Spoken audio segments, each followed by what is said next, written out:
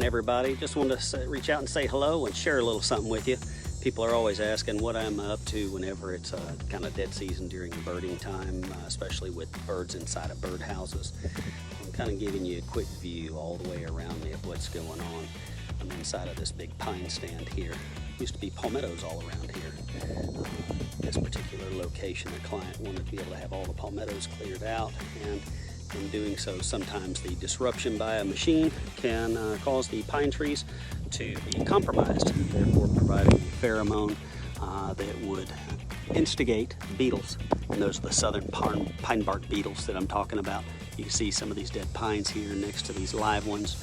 Well, in this particular situation, it can happen. It's very common that we want it cleared out through the understories, but also strong winds from hurricanes or other storms can make this kind of a situation occur, as well as wet feet, just like during Hurricane Irma. It also causes the pine trees to release pheromones on them. When they start releasing these pheromones, unfortunately, there's a southern pine bark beetle that attacks our pine trees. And if you walk up to a pine tree and you start seeing all these little spots like this, those are the beetles going inside. Then what we start looking for are locations where the sap in the pine tree is trying to fight.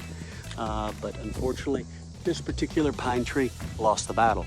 Stronger pines sometimes can handle it, other times not, and the pine trees lose.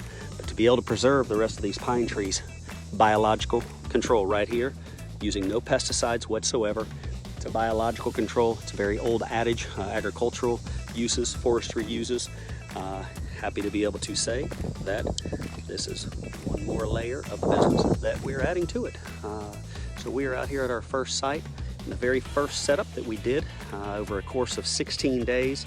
Within 15 minutes, we had ourselves a dozen beetles, the pine bark beetle already inside of the traps. So we left it for 16 days, and I'll get back with you and I will show you the exuberant amount of beetles that we captured that are injuring all of these pine trees.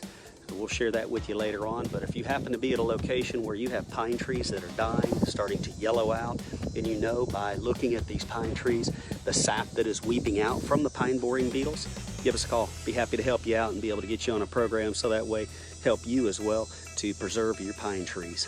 You all have a great weekend, and we'll see you soon.